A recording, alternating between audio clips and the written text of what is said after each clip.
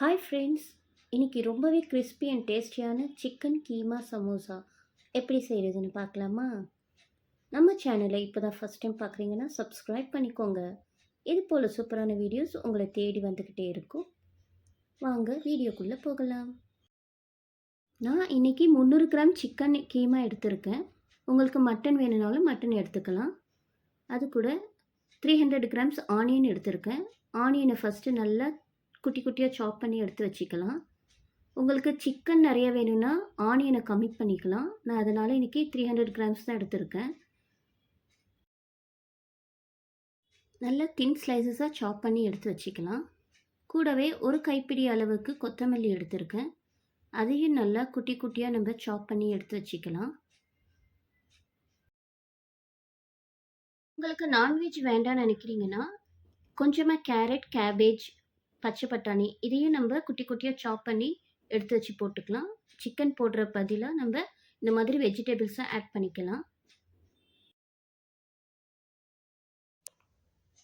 Chicken கீமாவும் இப்போ நல்லா wash பண்ணி எடுத்து வச்சுக்கோங்க. இப்போ ஃபில்லிங்ஸ் பண்ணுறதுக்கு எல்லாமே ரெடியாக இருக்குது. இப்போ ஃபில்லிங்ஸ் நம்ம ரெடி பண்ணிடலாம். பேன் ஹீட் ஆனதும் தேவையான அளவு ஆயில் விட்டுக்கலாம். ஆயில் நல்லா சூடானதும் இப்போ நம்ம குட்டி குட்டியாக சாப் பண்ணி வச்ச வெங்காயம் சேர்த்து நல்லா வதக்கிக்கலாம். வெங்காயம் கொஞ்சம் நல்லா வதங்க விடலாம். இப்போ வெங்காயத்துக்கு தேவையான உப்பு சேர்த்துக்கலாம். உப்பு சேர்த்தா கொஞ்சம் சீக்கிரமாக வெங்காயம் நல்லா வதங்கி வந்துடும். இப்போது லிட் போட்டு நல்லா வேக வச்சுக்கலாம். இந்த சைடு நம்ம சிக்கனை வேக வச்சு எடுத்துக்கலாம். ஜஸ்ட் ஒரு ஸ்பூன் ஆயில் மட்டும் சேர்த்துட்டு இப்போ நல்லா வாஷ் பண்ணி வச்ச சிக்கன் கீமாவை ஆட் பண்ணிக்கலாம். அப்படியே கொஞ்சம் நேரம் நல்லா வதக்கி விட்டுட்டு லைட்டாக சிக்கன் வெந்து வந்ததும் இப்போ மசாலாஸ் எல்லாம் ஆட் பண்ணிக்கலாம்.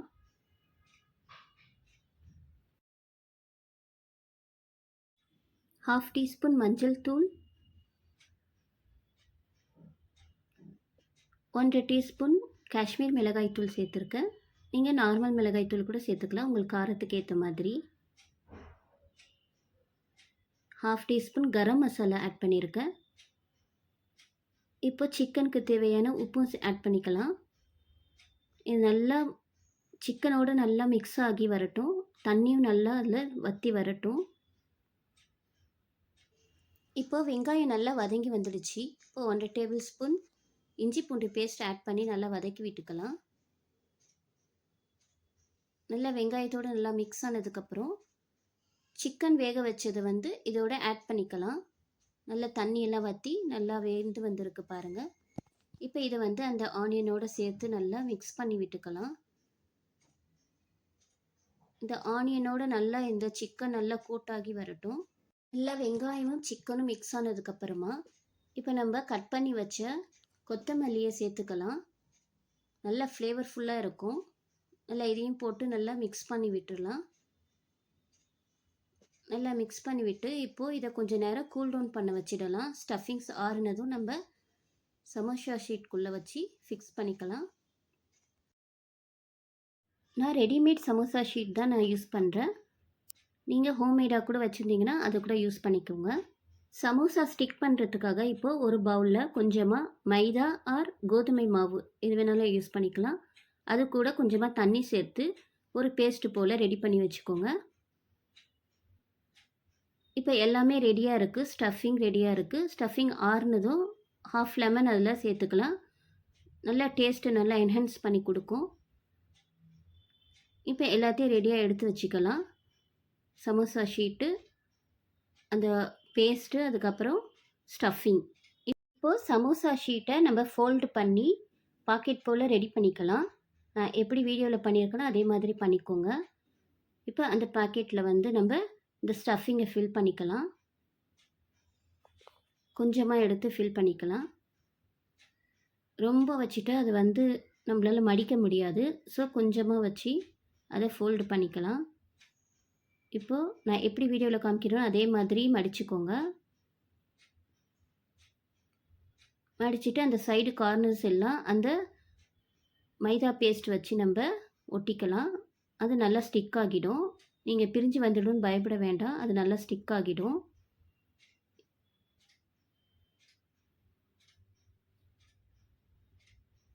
இப்போ நல்ல ஷேப்பாக நம்மளுக்கு கிடச்சிருச்சு பாருங்கள். ஃபஸ்ட் டைம் உங்களுக்கு சரியாக வராத மாதிரி தான் இருக்கும், போக போக அது கரெக்டாக வந்துடும். இதே போல் நம்ம ஒவ்வொரு ஷீட்டாக எடுத்து ஸ்டஃபிங் பண்ணி வச்சுக்கலாம். இப்போ செகண்ட் டைமும் இதே மாதிரி நான் உங்களுக்கு ஃபோல்டு பண்ணி காமிக்கிறேன் பாருங்கள். இதே போல் மடிச்சிட்டு அந்த பேக்கெட்குள்ளே இந்த ஸ்டஃபிங்கை வந்து நம்ம வச்சுக்கலாம். வச்சுட்டு அதை அப்படியே ஃபோல்டு பண்ணிவிட்டு சைடு கார்னர்ஸ் எல்லாம் நம்ம அந்த பேஸ்ட் வச்சு அப்ளை பண்ணிக்கலாம்.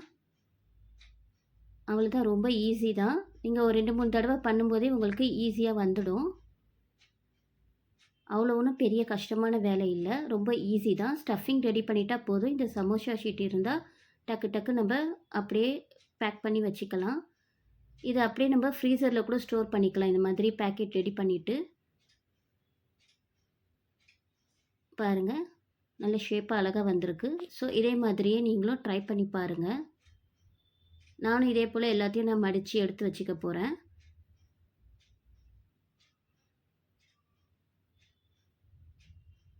பார்க்கும்போதே உங்களுக்கு புரியும்னு நினைக்கிறேன்.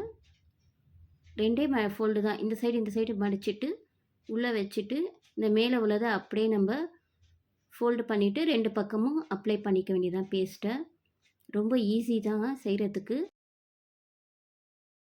இதே போல் எல்லா ஷீட்டையும் நான் மடித்து எடுத்து வச்சுக்கிட்டேன். தேவையான அளவு நம்ம பொரிச்சு எடுத்துக்கிட்டு மிச்சத்தை கூட நம்ம ஃப்ரீசரில் வந்து ஒரு பாக்ஸில் போட்டு ஸ்டோர் பண்ணி வச்சுக்கலாம். எப்போ தேவையோ அப்போ எடுத்து நம்ம பொரிச்சிக்கலாம். ஃபஸ்ட்டு 2-3 ஷீட் மட்டும்தான் நம்மளுக்கு கொஞ்சம் கஷ்டமாக தெரியும். போக போக ரொம்ப ஈஸியாகிடும். டக்கு டக்கு டக்குன்னு நம்ம ஃபோல்டு பண்ணி வச்சுக்கலாம். பாருங்கள், இப்போ எல்லாமே நான் ஃபோல்டு பண்ணி எடுத்து வச்சுக்கிட்டேன்.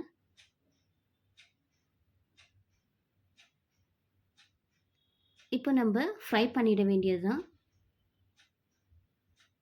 கடாயில் ஆயில் சேர்த்து நல்லா சூடாகட்டும். நல்லா சூடாகி வந்ததும் இப்போது 1 பை 1 போட்டு நம்ம ஃப்ரை பண்ணி எடுத்துக்கலாம்.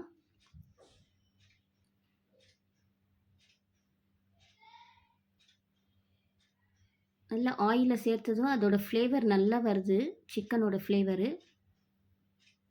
நல்லா 2 பக்கமும் மாற்றி மாற்றி போட்டு நல்ல ஒரு ப்ரௌன் கலர் வந்ததும் நம்ம எடுத்துக்கலாம். நல்லா கிறிஸ்பியாக இருக்கும் பாருங்கள்.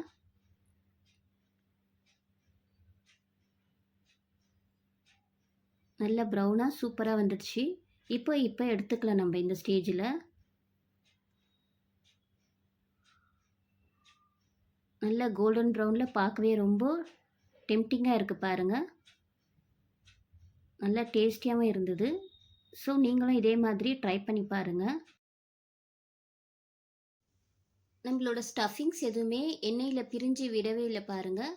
நல்லா சூப்பராக பைண்ட் ஆகி வந்திருக்கு. ஸோ பயப்படாமல் இதே மாதிரி நீங்களும் ட்ரை பண்ணி பாருங்கள். ரொம்ப டேஸ்டி அண்ட் கிறிஸ்பியான சமோசா நம்ம வீட்லேயே இனிமேல் செஞ்சிடலாம். ஆயில் ஃபுட்டை மோஸ்ட்லி நம்ம கடையில் வாங்கி சாப்பிட்றத விட இப்படி வீட்டிலே செஞ்சு சாப்பிட்றது தான் ரொம்ப ஹெல்த்தியாகவும் இருக்கும். ஸோ கிட்ஸுக்கு ரொம்ப விரும்பி சாப்பிடுவாங்க. இதே போல் ட்ரை பண்ணி பார்த்துட்டு உங்களோட ஃபீட்பேக்கை கமெண்ட்டில் என்னோட ஷேர் பண்ணிக்கோங்க. இந்த வீடியோ உங்களுக்கு யூஸ்ஃபுல்லாக இருந்துச்சுன்னா ஒரு லைக் கொடுத்துட்டு நம்ம சேனலை அப்படியே சப்ஸ்கிரைப் பண்ணிக்கோங்க. உங்கள் ஃப்ரெண்ட்ஸ் அண்ட் ஃபேமிலிக்கும் ஷேர் பண்ணிக்கோங்க. தேங்க்ஸ் ஃபார் வாட்சிங். Keep supporting. இது போல் வீடியோஸ் உங்களுக்கு வேண்டும்னா நம்ம சேனலை சப்ஸ்கிரைப் பண்ணிக்கோங்க. கூடவே அந்த பெல் ஐக்கானும் டச் பண்ணிக்கோங்க. அப்போ தான் நான் போடுற வீடியோஸ் உங்களை தேடி வந்துக்கிட்டே இருக்கும்.